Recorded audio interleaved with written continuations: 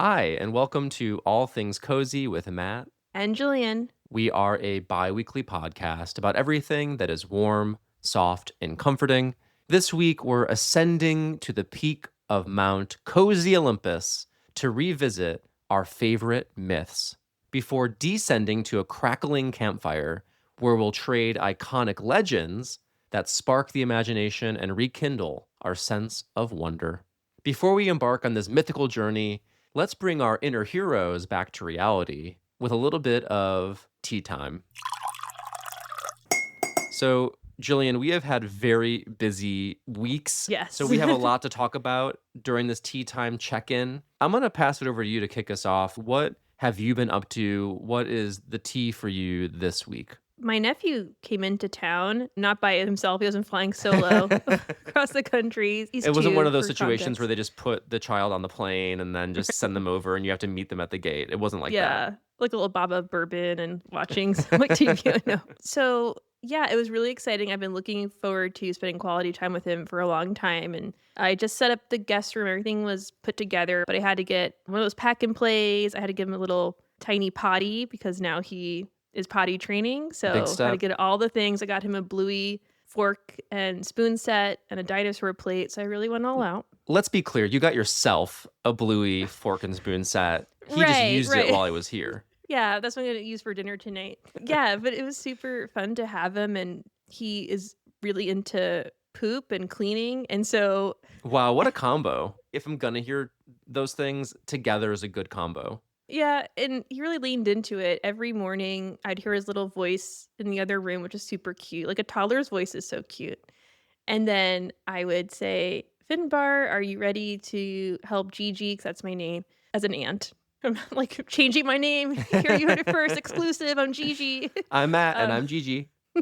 Has the same ring to it. So I say, "Do you wanna help Gigi take Canella, our dog, outside, and you can help me pick up Canella's poop? And then do you wanna, go to Reese's and Snickers litter box and help clean the litter box?" Helping with Canella was fine because I literally just hold him, and then we'd see Canella poop, and then I get the poop bag, and we walk downstairs. I'm still holding him, and I lift up the garbage can he would throw in the bag. That was fine. He's really more of a catapult in that example. Yes, he just threw it in like a basket. Yeah, very helpful. And then Reese's and Snickers, that was a little more complicated because the kid trying to scoop litter, he would just shake it too hard, Oh so yeah, litter you would don't be want that. flying That sounds like a everywhere. bad scenario for sure. And then he'd go, "A big mess." And then he'd want to use the vacuum. He loves cleaning, like I said. So that was really cute. And then on Friday, we went to Disney and we did the Storytellers Cafe, which is a great experience. I recommend it. It's on the steeper side, 50 per person and 36 for children. So it's a little more expensive, but you get all the characters coming through, the Mickey characters from that universe, and they stop at your table and they let you take as many pictures as you want with them. And they have a nice buffet. I got salmon, mac and cheese. So it's an interesting Decadent. little mix. Was the Yeah, it's salmon in the decadent. shape of Mickey ears? It should have been. A lot of things a lot of things were Mickey shaped. I love that I'm asking if the thing that is hard to put into that shape is in that shape and not the easy thing, the noodle. Even the noodle wasn't. Actually, that was a miss. What are you paying for? Right. At least keep the branding consistent. Yeah, because only the sweet stuff were Mickey shaped, like the pancakes, those kinds of things. But yeah, they should have done something like that. Anyway, that miss aside, it was a really cozy experience, and he got so shy cozying up to the characters. He'd do a little smile and a smirk. Was just too shy. He was meeting He's his playing it heroes. cool. You Yeah, don't wanna meet your idols as a fan, you wanna meet them as an equal, so he was trying to right. build that bridge to a real friendship with Mickey and Minnie and not just, like, a fan relationship. I think that's probably what was going through his head. Right. Yeah, I had to play it cool. Where he didn't play it cool was in Toontown, where he had an epic meltdown. I can still hear him screaming, Mama, no, as we're going through Toontown. I don't know what got him upset, but we hopped off the carousel and that just sent him into a rage. And it was going on for an hour. He threw his shoes, he threw his socks. Nothing would satiate him. He needed to spend some time in the Toontown Pokey, it sounds like. A Yes, little yes. timeout. To have a tantrum, have you ever been to Disneyland? It's like the most colorful, bright, like happy looking place. So the juxtaposition was pretty funny. So he finally got tuckered out. We had a reservation for the Haunted Mansion, and I only recommended this because every single time I've went, it's been the holiday season. So Halloween or Christmas, and so it's really bright in the Haunted Mansion, and they had all these beautiful decorations. I think one of them was Nightmare Before Christmas themed, and they Hmm. even had the ginger cookies. If you're familiar with the ride, you like pass over this dining room scene, you can smell the ginger cookies. So it's more like silly ghosts and silly spookiness, not actual spookiness. So like, oh no, it's totally fine. He'll really love this. We go in, it's the normal Haunted Mansion, which is actually really spooky and scary.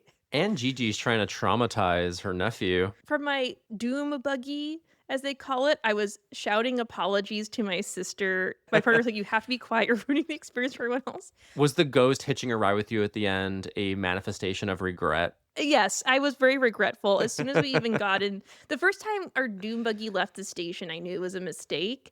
And what made it worse is the ride kept breaking down. So we were literally paused there for maybe 3 minutes. And like that, what's that character who's a floating head? She's like Oh, Madame the Leota.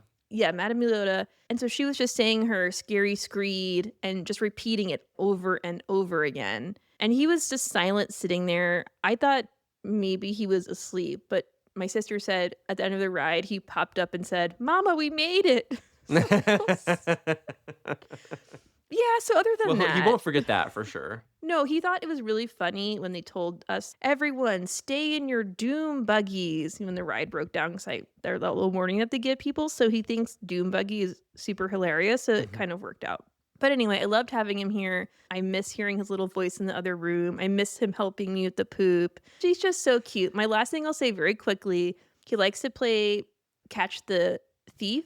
I don't know where he got thief from, like not robbers or anything like that. Catch the thief, which What is is very that game? specific. So basically, he pretends to like catch me. He'll say like, "Oh, you stole my candy." And so an imaginary thing where he has to like, lay down the law with me and Okay.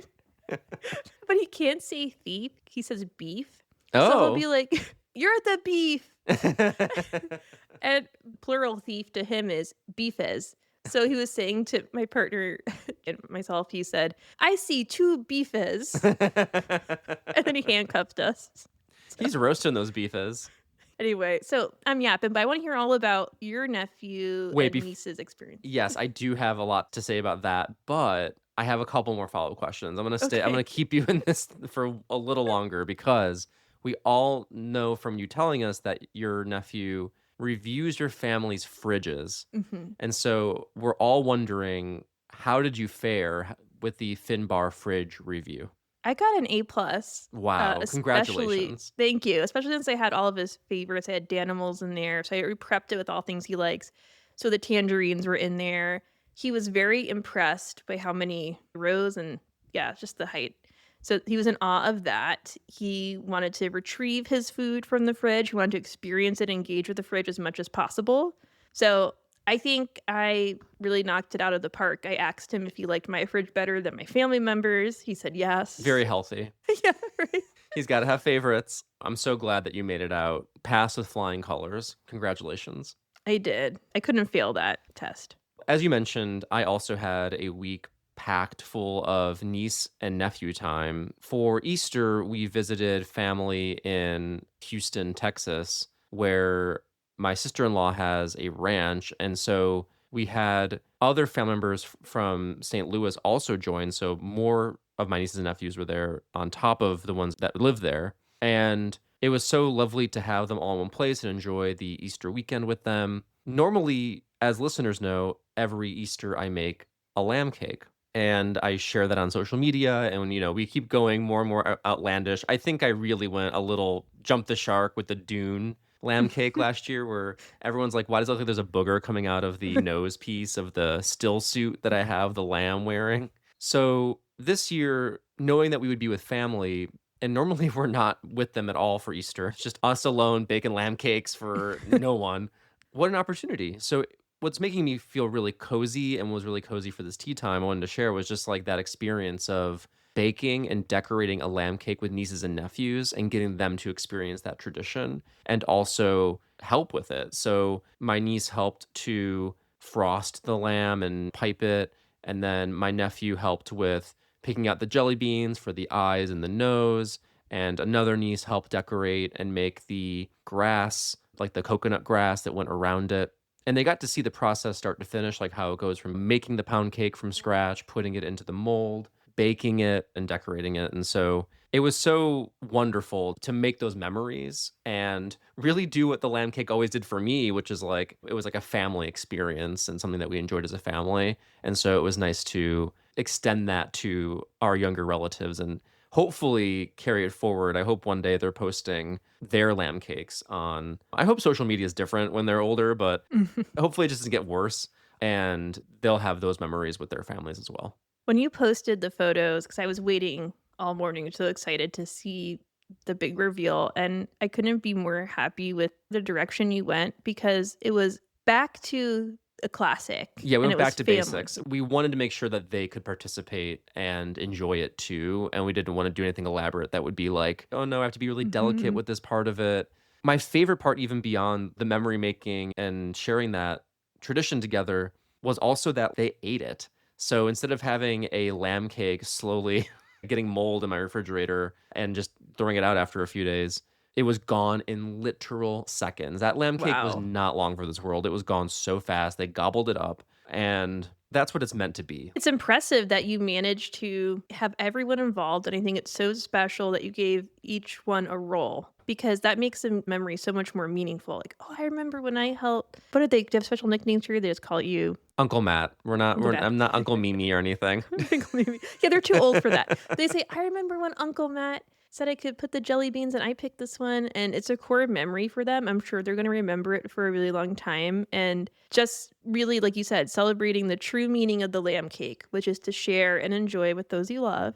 The cake was so cute. And knowing that your sweet nieces and nephews helped made it all that much sweeter. Definitely. And in addition to a family reunion, I reunited with my co-host, Louis Peitzman, Mm. for an encore edition of After Smash. So maybe some listeners listen to this. This is a 10-year-old show at this point, but my first foray into podcasting was with Louis, and it was a recap show about the NBC musical drama Smash. It burned a very bright and short 2 seasons on NBC. And that was a wild ride. It's such a good time making that show with him. We followed the Gilmore Guys model of podcasting. And then in this case, Lewis was the experienced viewer who could recap the show and talk about the history. And I was the new person with bright eyes and I was experiencing it for the first time. And now on Broadway, they're staging a Smash musical based on the TV show that brings in songs from the show. And so, of course, we had to come back together, see the show on Broadway. So, if you love musical theater or if you love complicated, messy musical dramas starring Deborah Messing, then you should check out After Smash's latest episode where we talk about really we dive into the Broadway shows. We talk about what it's all about, what our experience was watching it, and what we thought about it. So, it was such a lovely blast from the past to come back together. We always said if it ever got to Broadway, if they ever do anything with the show, because they would always do these things where they would do little concert versions of it at 54 Below, like the hit list songs, or they would do staged readings, or like just the Marilyn Monroe Bombshell musical numbers from the show. And you could tell there was movement. And then finally, a couple of years ago, there was some real traction with workshops and they got it going. And here we are. It's on Broadway. But yeah, it was amazing just to be also like just to see Lewis again, spend that time, and be in New York City. I not only saw Smash, I saw Oh Mary, the play with Cola Scola, so good, so funny, and I saw Cabaret with Orville Peck, which I didn't really have any expectation for, but he blew me away as the MC. He was so good. So a really wonderful trip to New York, really wonderful trip to Houston to see family. So all around, a great week of reunions and quality time with friends and family. You're a Broadway babe. You had a lot on your itinerary, and I'm very impressed that you hit it all. And I can't wait to listen to that episode. I hope everyone does because I know it's such a passion for you, and you had such a fun time doing it with Lewis. So I can't wait to listen. And the fact that the timing of it all worked out too, because you were on spring break, so you could just relax and enjoy yourself and enjoy New York. You squeezed out every last bit of juice from that apple. You hit it all, and well-deserved trip. Yes, it was such a wonderful trip seeing friends and family. And speaking of family, as we know here in the United States, Mother's Day is right around the corner. We know motherhood looks different for everyone. Some have moms who made us who we are today. Some of us are moms themselves. And some carry forward the love of motherhood in different ways. As we celebrate our moms on Mother's Day, there's one thing we can all agree on: moms deserve the best. And Cozy Earth is here to help us celebrate our moms with gifts that create comfort. In that spirit, for Mother's Day this year, I got my mom a set of Cozy Earth's bamboo stretch knit short sleeve and pant pajama set in the color Blossom, which in true mom fashion, she immediately exchanged. So the issue was that the pants were too long and she couldn't roll them up because they were so soft, they would just unfurl themselves. But Cozy Earth immediately replaced them with shorts. And this time she got them in black to mix it up. She had to change that color. I sent her the website and said, Mom, what pajamas do you want here? And she wanted Blossom then, but then when she exchanged them, she got the black. Moms work in mysterious ways. Very mysterious. So I asked my mom to tell me about them so I could share her unbiased review here. And while she spent most of the time singing the praises of how easy the exchange was made and how fast the shipping was, overall, she said that the pajamas themselves are comfortable, breathable, and stylish. She just said most of all that they were so soft and comfortable. That's what she kept going back to when we were talking about the pajamas.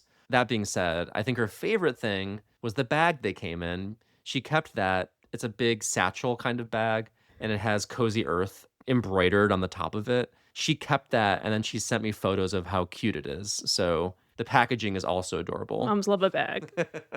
It sounds like Cozy Earth's bamboo pajamas are the perfect way to wrap that special person in your life in comfort and care. If you're on the hunt for the perfect Mother's Day gift, check out cozyearth.com and be sure to use code ALLTHINGS for 40% off your order. Because she deserves the best. And hey, if she doesn't like it, at least you'll know the exchange will go smoothly. From legendarily soft pajamas to the coziest myths and legends we can think of, let's dive into our main topic. When we covered fairy tales last May, we transported ourselves to magical worlds, dancing with 12 wayward princesses, debating Rumpelstiltskin's crooked dealings, and evading the clutches of a forest-bound witch. Floating through the twinkling universe of imagination, we savored the coziest parts of our childhoods. Now, a year later, we're graduating to myths and legends, which, while asking for a more critical lens, offer a different kind of comfort.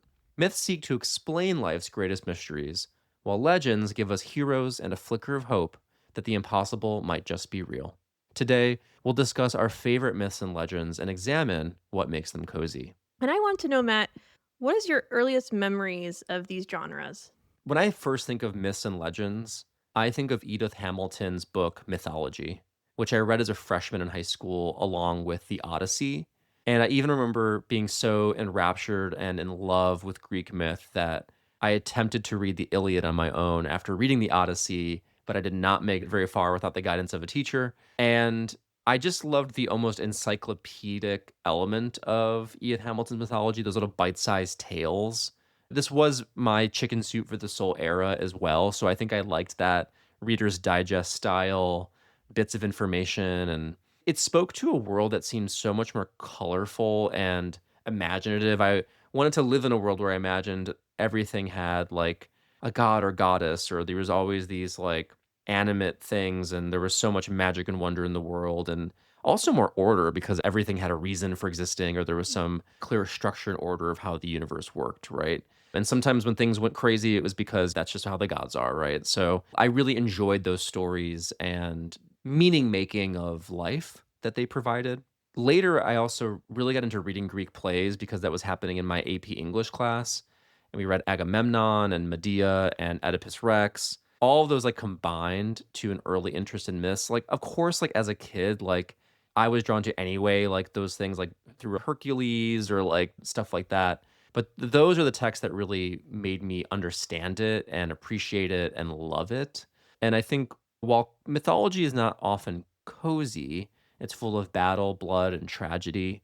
I really do find it so powerful and cozy because of the testament to the power of and the longevity of storytelling and that importance in our lives.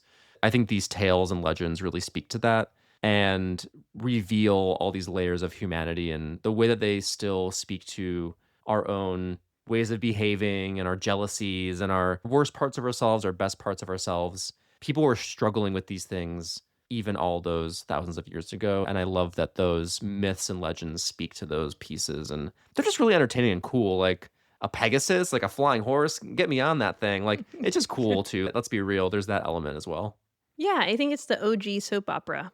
Yeah, definitely. Yeah, you hit the nail on the head when you referred to them as entertaining stories, and yeah, it's like one of our first exposures to narrative in a way that's digestible.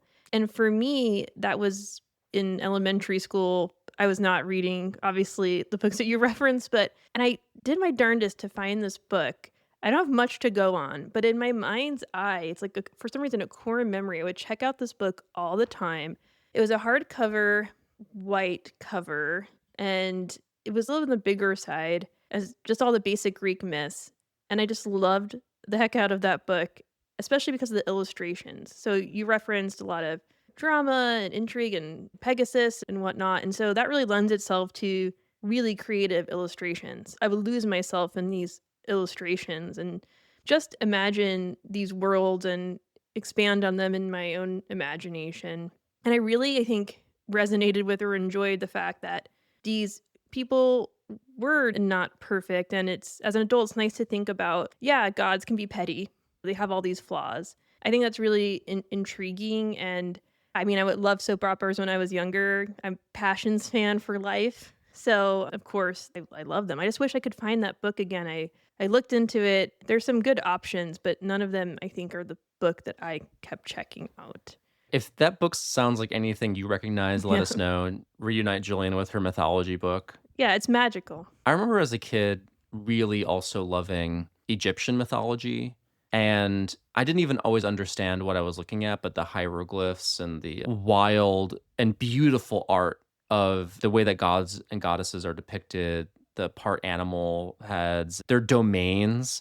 I think as a kid, maybe there's just something just so comforting about I'm this person and I'm in charge of this. Yes, no, There's like this I get it. categorization that really makes sense as a kid that is so comforting. I always found myself also particularly drawn to the lands of the dead because those often were the most ordered parts of these worlds too, because it's like you did this bad thing in life, so you go there. And this is the person who's going to watch over you. Here's the geography. There's a river Styx. Like it's very drawn out and clear.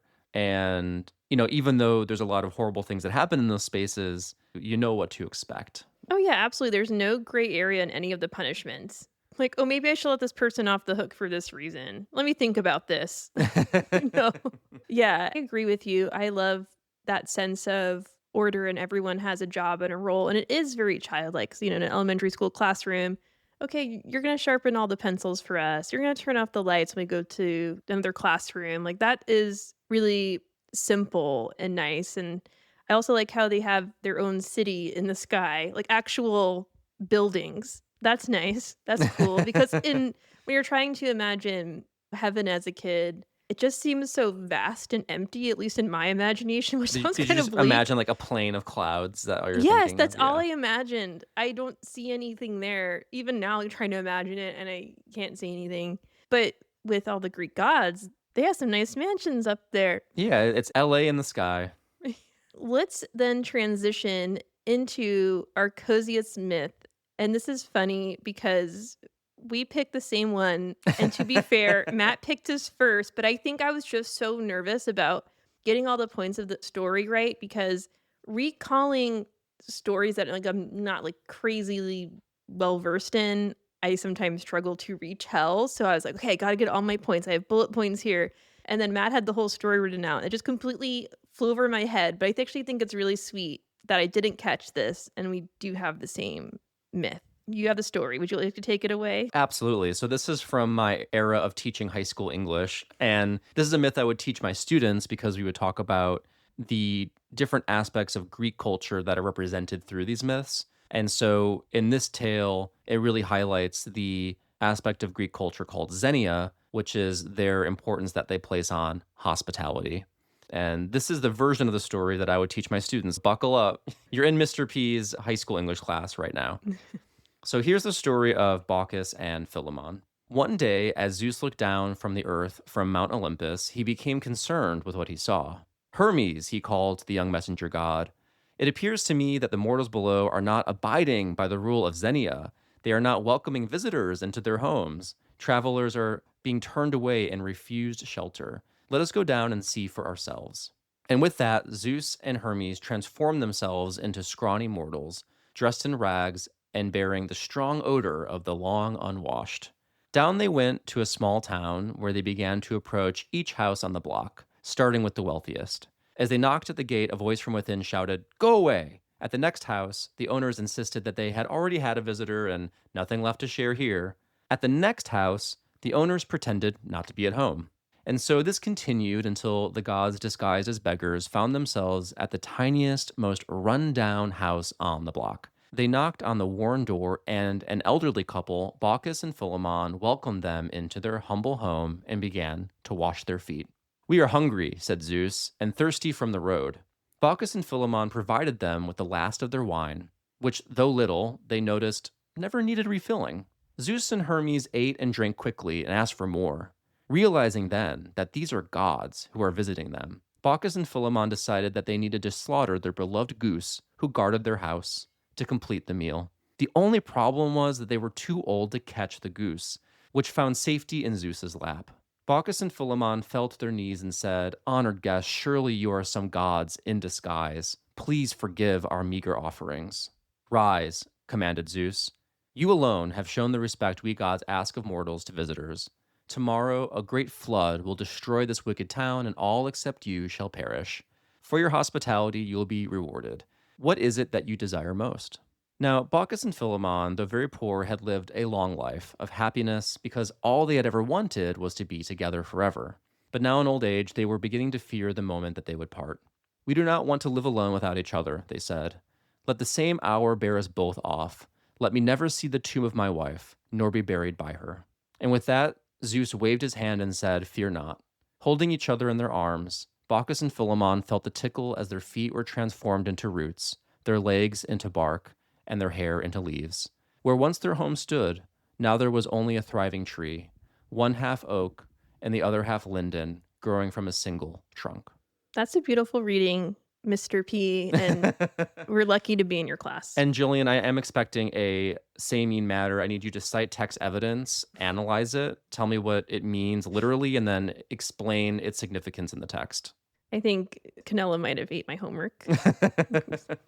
Yeah, this one stood out to me because, as you pointed out, it's all about hospitality. And there's these little details in certain retellings, like how Bacchus scrubbed the table with mint to make it smell good, Hmm. and how the couple worked in tandem to make their home nice. So they assisted one another in placing a piece of wood under a table leg so it wouldn't wobble. And you have to love a good host. What's cozier than a good host? And as the website Meet the Miss noted, the feast was also very cozy. So the bread, though not the finest, was warm and comforting. The olives and cheese, while not exotic, were fresh and flavorful. The fruits, though common, were sweet and refreshing. And the wine, though not the most exquisite, was heartfelt in its offering. Cozy upon coziness. Yeah, and then the ending is so cozy because it's all about true love on top of it. So they get this beautiful reward. They get a wish granted and they get to be a monument to their love and kindness, not only to each other, but also to strangers.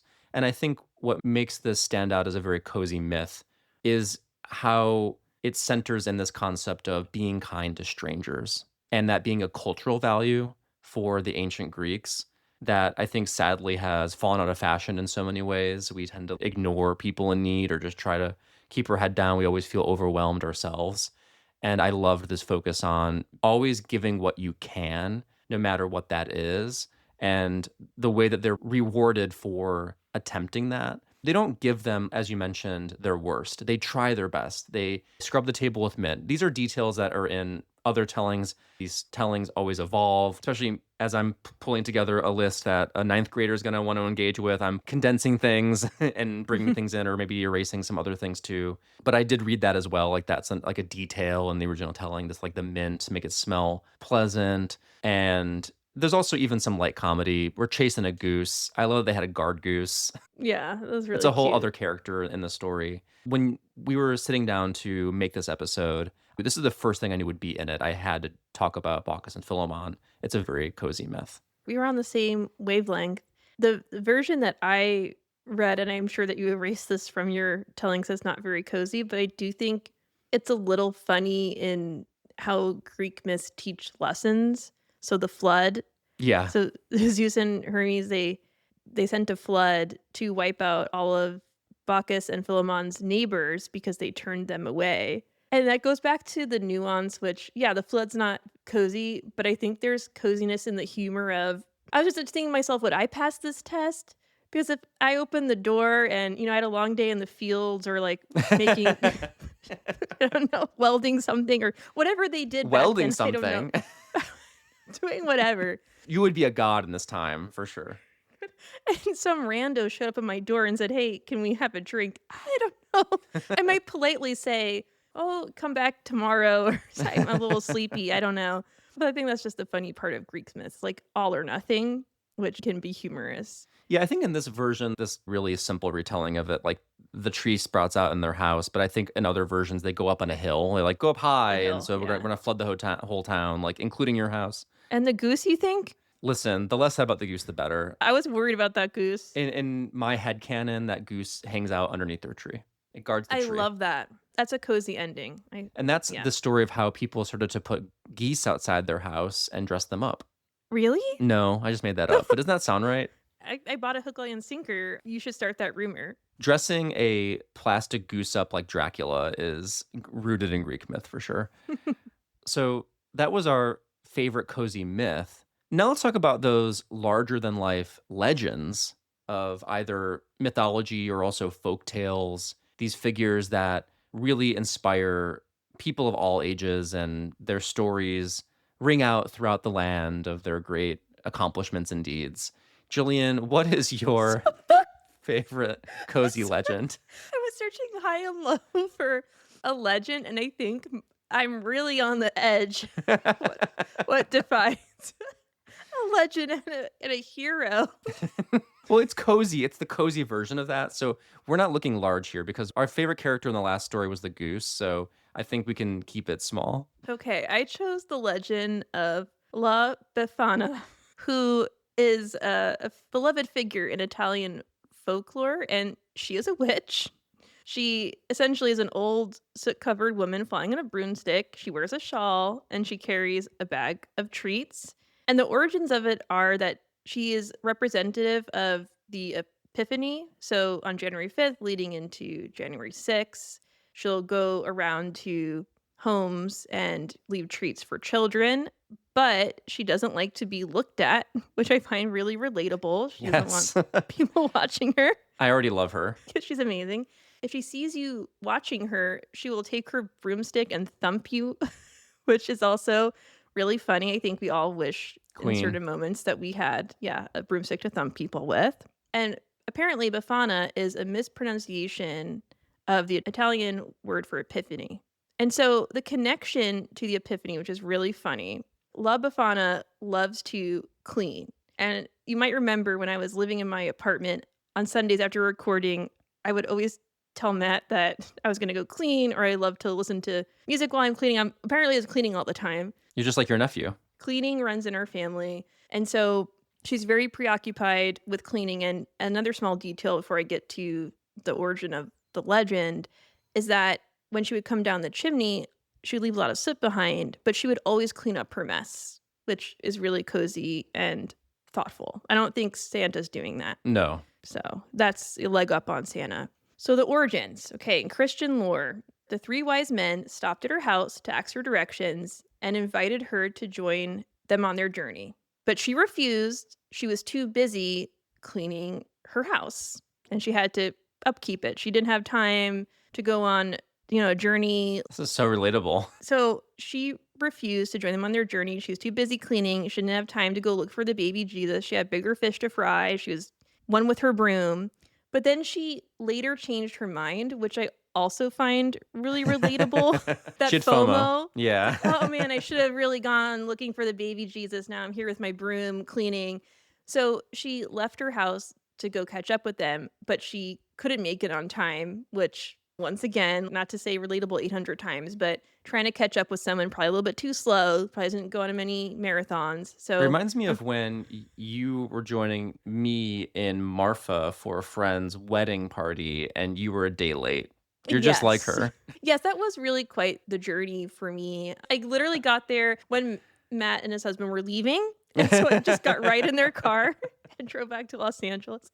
Anyway, so now she travels the world on Epiphany Eve, leaving gifts for children in case one of them was the baby Jesus. So she's not going to give up permission, which is also pretty cozy. She's still wanting to give that gift. She has good social skills. She missed her opportunity, but she's going to keep on going until she finds baby Jesus. Something's gonna stick. We'll just give gifts to all these kids. One of them's gotta be Jesus. I love that, like, she made her job so much harder by not going because now she's just constantly giving out gifts. It's just a hilarious legend. Even looking up photos of the La Befana, she is iconic in her whole entire look. The soot, everything, her broom to thump kids with if they watch her and give her stage fright. The fact that she turned down the biggest opportunity, she could have played a much bigger role if she went with those three wise men. She'd be in our little manger sets. Yes, that is the biggest tragedy I think of all. The fact that we can't put her in that manger. We're missing La Befana in our nativities. I mean, it's like someone passing up the role of Jack on the Titanic. I It's just mean, like that. It's just like when someone turns down a role that ends up being really huge. La Befana started it all. so yeah, she's not your classic Hercules hero, but everything about her, I just identify with her so much. And the fact that it does play into such deep Christian roots is interesting and odd, but I like it. No, I do too. Honestly, I am going to incorporate this more into my Epiphany celebrations, and I really love this character. And I'm a little bit mad that I've never heard of her before. So I'm so happy, Jillian. Thank you for sharing the legend of La Befana with us.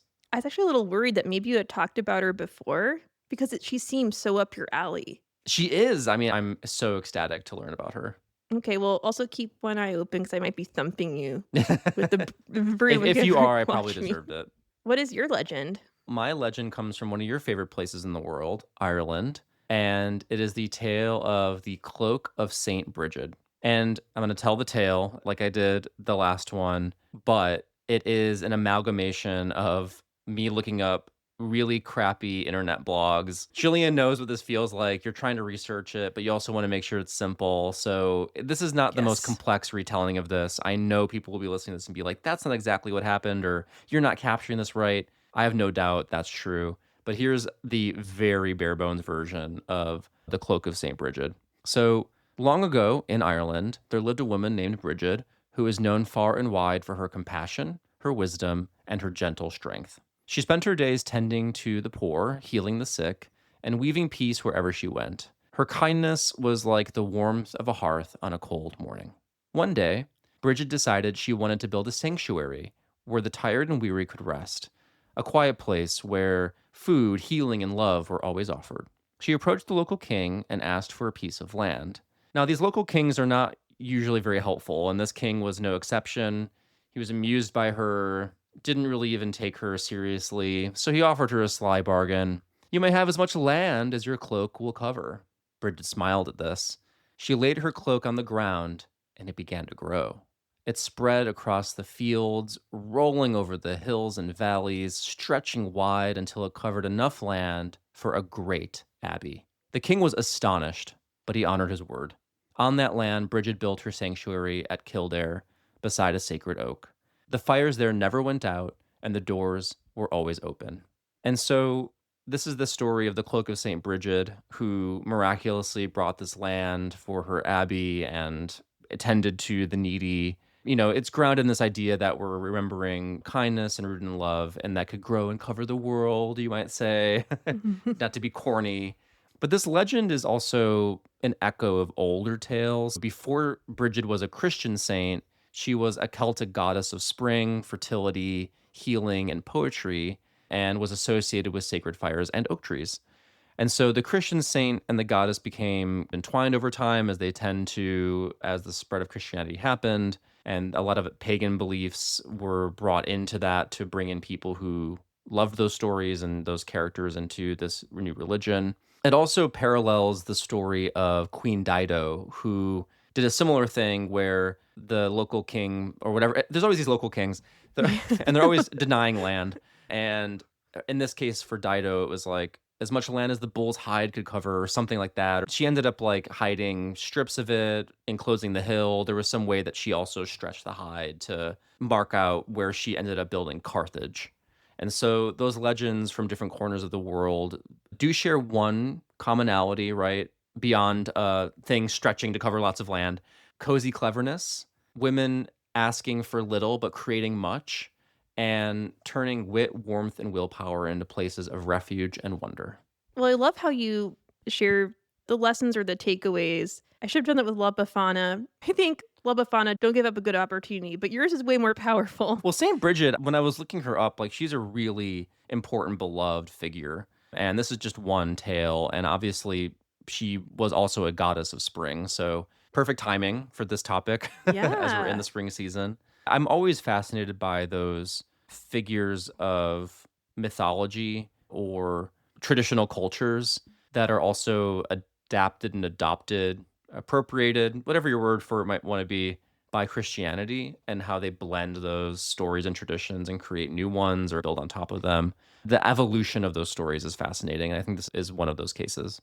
Yeah, and the fact that it features a cloak as central character of the story, so to speak, Cozy cozy. as heck. I think we all want to, in that scene in Wicked, where in the movie version, she's doing her war cry and she's escaping the wizard, and Elphaba's cloak just becomes absolutely massive. A nod to the Broadway show where it's really huge there too and it's billowing.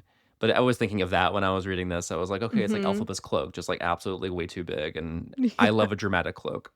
Yes, nothing better. Now that we've shared our favorite myths and legends, let's get into some rapid fire questions. And by rapid fire, we're going to take the time to explain each of our answers. So it's less rapid fire and more just a Q&A. I'm going to go so fast. Your head's going to spin.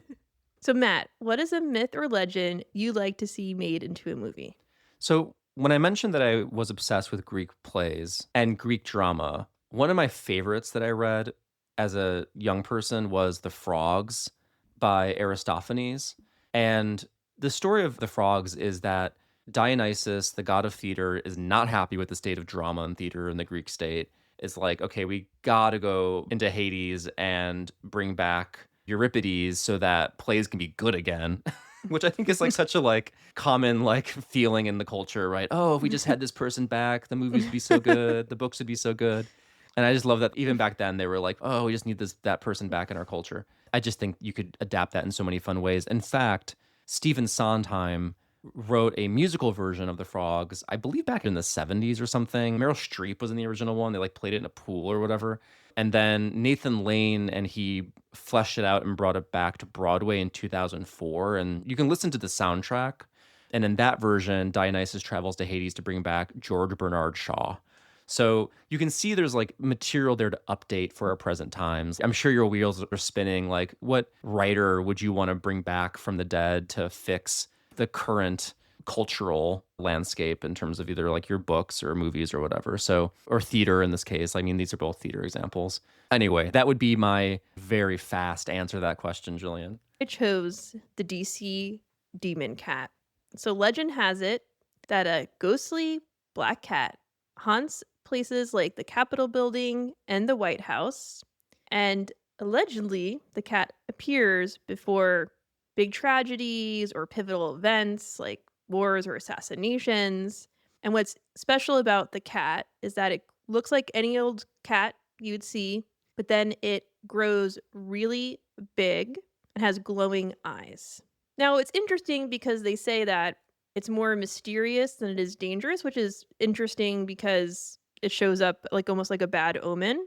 But it's one of DC's oldest ghost stories, going back 100 years. So I think it'd be really interesting to reimagine this because I think the DC demon cat is really misunderstood. And I could see the DC demon cat chasing out bad actors in DC and maybe it'd be a TV series.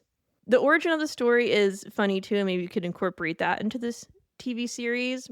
So legend may have been started with guards or watchmen in the 1800s who were drinking on the job. And back then, the Capitol had lots of underground tunnels, and they would use stray cats to control the rat population.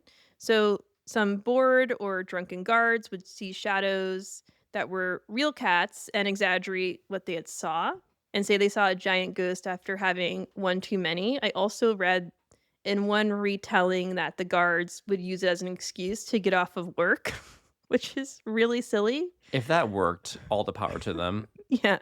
But the thing that makes me sad about this legend is that the DC demon cat is seen as a bad omen or something to be scared of, or it is, I don't know, maybe a little bit villainous. But I think we can make the DC demon cat into the hero of DC, and it chases out all the bad guys, to put it really elementary school.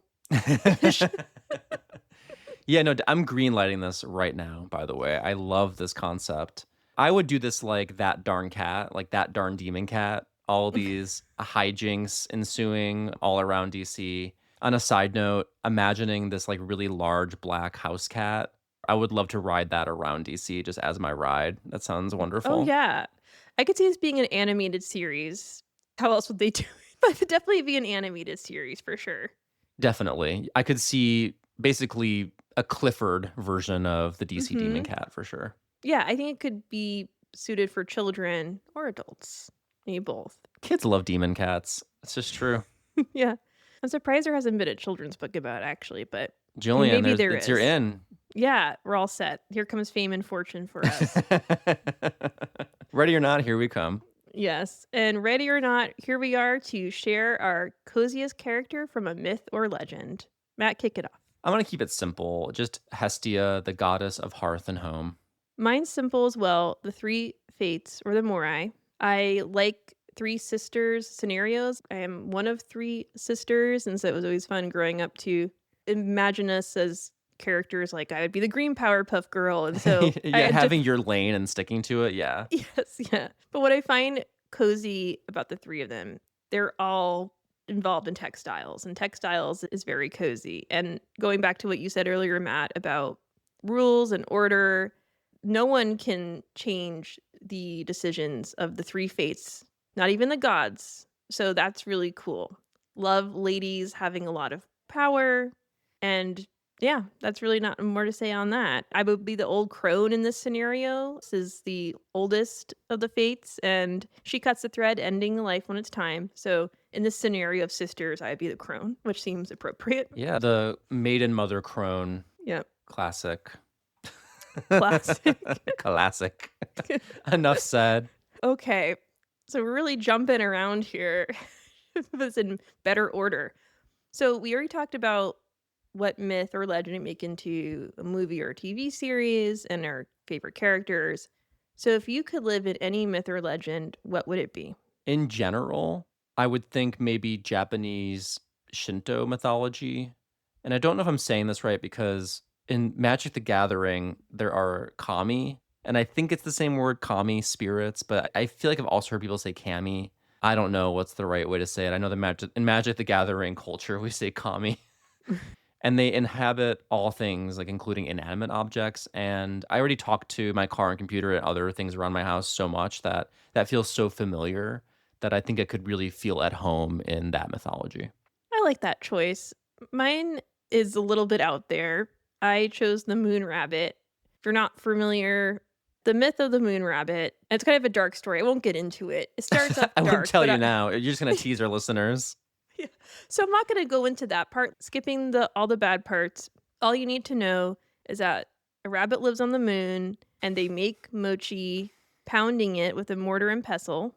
And so I would like to live in that myth because it'd be cool to live on the moon, and I love mochi, and that's all you do. That's your main thing. You just make that mochi, very meditative life, get to enjoy the sweets. People get to look up at you from the earth. And you could look down at them. Yeah, yeah, with my mochi. And you have the mochi, so you're in a better position for sure. Yeah.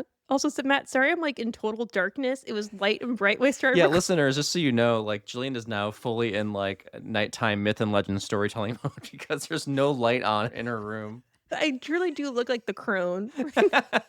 The only light's coming from her computer screen. I'm we just reviewed for a book club a book called Night Magic, which is all about foregoing artificial light. And here I am, the You're only light living in it. the You're already putting it into action. I'm so proud of you.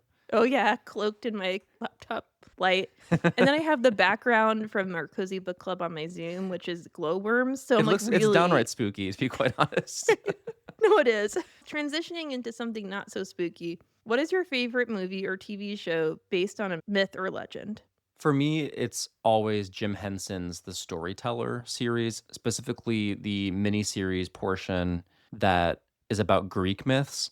I used to watch this before school. I would just turn on HBO in the mornings, as one does as a child, Of course. and it would be on because they would have like morning programming for kids. Like when it was like, I don't know if they still do that, but like it would have Jim Henson's The Storyteller and including Greek myths. And it's hosted Crypt Keeper style, framed by Michael Gambon and this Muppet dog who Michael Gambon's telling the story and the dog is reacting to it. Or it's very much like maybe a cuter, cozier version of saying this is like The Princess Bride with the grandpa and Fred Savage, like that. So you have these storytellers, and then it cuts away to Jim Henson's so inventive and beautiful designs that the creature shop like is incredible. And so definitely for me, Jim Henson's The Storyteller.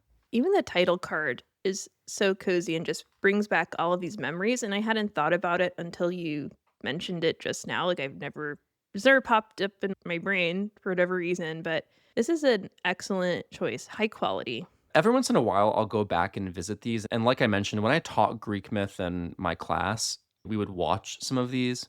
They have that quality of some children's television, which is to be a little unsettling and creepy. And I think that really elevates the material. Yes, we need to bring back creepiness and unsettling moments in children's Yeah. TV. Kids want that. It elevates the stakes. It makes it feel real. It's more exciting. Things like Labyrinth, like it doesn't have to always be cutesy. No, and the kids can handle it. We're fine ish.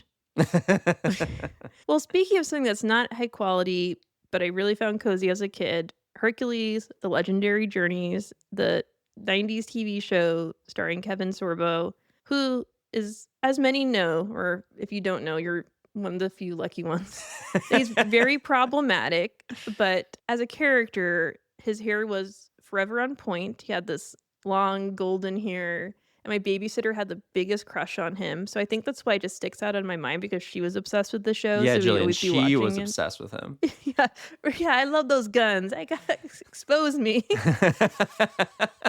Even though you turn into a big jerk and it's not the highest quality of TV. I reflected on a lot of the reviews because I went back and reread them, and the common theme between all of the reviews was that he portrayed Hercules in a very cozy way. So he was very steadfast, loyal. He wasn't all brute and force. And he just had a really inviting vibe to him. And I think took a different approach to Hercules. I think his portrayal was more that Hercules was someone that you could depend on, less of someone who is just known for his strength and battles. So even if you don't like him today, I think you can appreciate his portrayal in that series. Yes. And I think at that time, we were definitely in a great period for cozy myth and legend TV shows because we had Xena, Warrior Princess, in addition to these Hercules. I think they had some crossovers too, if I'm not mistaken. Yes. And legends as soap operas or just like a weekly television series. And these filmmakers or TV creatives just trying to do their best with the budget that they had to create these really fantastical situations will forever be cozy to me because I think what I find cozy is about shows like this is the production design and people just trying to do the best they can with what they have. I will always love that. Oh, yeah. I'm sure looking back on the costumes would be a real trip. Yeah. And also inviting people to wonder and learn. And I know it wasn't like a Yale education watching this TV show, but just the idea of a topic that is educational adjacent. I don't think we have a lot of that anymore. Not like a lot of history shows that are fun and engaging and meant for entertainment. And obviously, Greek myths are not history, but you know what I mean. Mm-hmm. So, our hero's journey has ended, and we were going to reward ourselves with a candle. Yeah, what are you sniffing this week, Jillian? I am sniffing Time's olive leaf candle, and I chose it specifically for this episode. Olive leaf, Greek mythology. You see the connection? Oh, definitely. I bought it for $32 at 7.5 ounces. And I have to say, let's send this to Hades. Hades. Wow. Okay, I was prepared to love it. I like the title. The idea of olive leaf sounds great. What went wrong, Jillian? So, let me first say the description. It's a fresh yet unexpected combination of wood and floral, and it's supposed to promote contentment and peace. Has fresh Sardinian laurel leaf, sunny lavender flowers, rich European patchouli, and crisp balsam. I think I'm only smelling the sunny lavender flowers. I'm getting a Mm. full on flower smell. And I kid you not, as soon as I took it out of the box, I felt like I got a headache, which, is probably just obviously my imagination. But even as we're sitting here, I'm starting to get a little headaches. I have it going and it's just so overpowering. I was really excited for this candle. I was hoping that the fresh Sardinian laurel leaf, whatever that is, would be jumping out, but it's the flower smell that is just so overpowering. And that's, the unfortunate downfall of many promising candles. They smell too much like flowers. So this is a wick down for me. The goddess Gigi has rendered her verdict upon this candle. Finbar's going to take it out to the trash. There's actually nothing more empowering than deciding that a candle just isn't working and that it's time to go. Actually, there was a lemongrass candle that I reviewed recently on this show that I was lukewarm about. I kind of tried to give as much credit as I could, but it was so overpowering. And the worst part is that it burned so messily. It got so much soot in the wax because of the wood wick that I just threw it out because it was disgusting. It was like I had a smokestack in my house. So I decided I don't have to put up with this just because I feel like I'm wasting money or wasting a candle. It's not a waste. It's disgusting. I don't need it near me. So that is to empower you, our listeners. When you don't like a scented candle, kick it to the curb. Send it to Hades, as Julian said. Yes. So I think it's a good lesson for life, Matt. We don't have to force ourselves to enjoy something. But No. what I do enjoy and always enjoy is a new review on Apple Podcasts. And this one is from Linda Yoga Girl writes, "All Things Cozy is so special and unique in presenting feel-good concepts and ideas to its listeners. Gillian and Matt put so much into the pod and we really appreciate it." Thank you, Linda. We appreciate your review. Yes, thank you. That's very sweet. And we always appreciate your kind words. Just the fact that you listen means so much. We're really lucky to have listeners like you, Linda, and all the folks who leave us such kind reviews wherever you listen to podcasts, whether that's on Apple Podcasts or Spotify, you name it, we're on it. YouTube Music, we're on that one too. As we wrap up, we also want to thank Mel for joining our Patreon. Thank you as well for supporting our show. You too can support our show by going to patreon.com/allthingscozy, and you can join our book club or sign up to get a sticker or magnet, and in return, you will be supporting our show and keeping us drinking from the sweet ambrosia of coziness.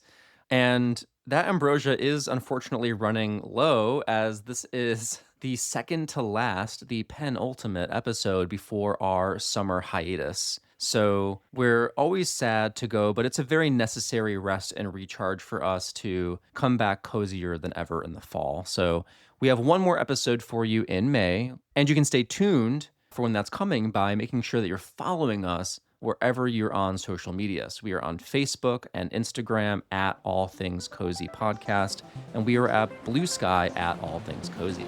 All right, well, we're out of time. Zeus is kicking us out of Mount Olympus, but we'll be back in your ears for another cozy episode in just 2 weeks. Until next time, Stay cozy.